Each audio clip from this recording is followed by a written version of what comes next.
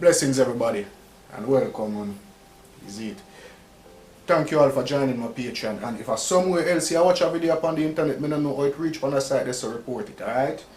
Yeah. So this video is gonna be about the history of the fire service in Jamaica. You actually get a background footage. Chuck it there, Chuck it up there again. Alright, yeah man, we're there so. We get tonight. Actually, everybody on YouTube use script, you know. Everybody. And some people use a teleprompter, so you don't have a seat.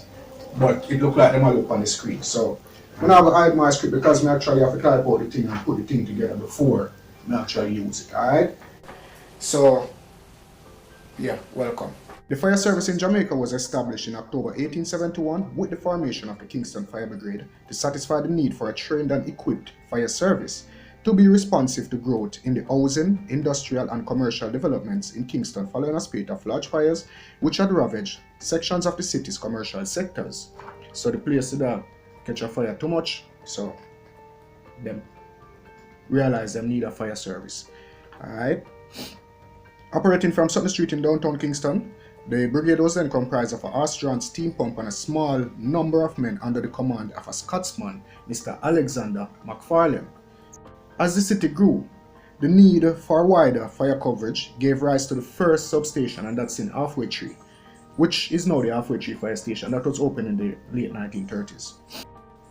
In keeping pace with the developments, a new headquarters, the Yard Park Fire Station, was opened in November 1944. That are the one down on Slide Pen Road. Alright? Housing at the time 69 men, 6 firefighting vehicles, and a utility car.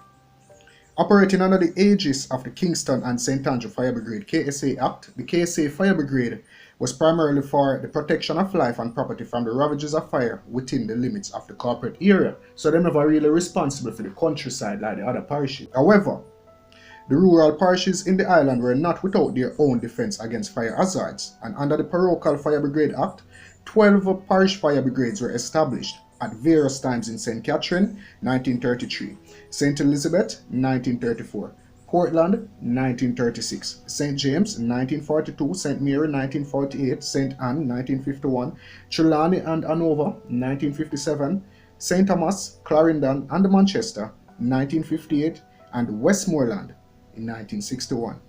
Take notes for all who go back to school. These 13 disjoint parish brigades were all funded by central government, but continued as fragmented parochial entities.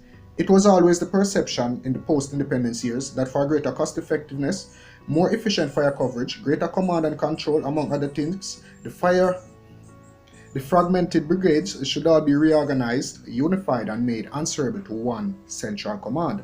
Steps to bring about this unification were finally taken in October 1988 with the passing of the Fire Brigade Act, which repealed the Kingston and St. Andrew Fire Brigade Act and the Parochial Fire Brigade Act. So the two of them now became one, and established in and for all Jamaica a national fire service thereafter to be called the Jamaica Fire Brigade, one unified national organization unfettered by parochial restrictions.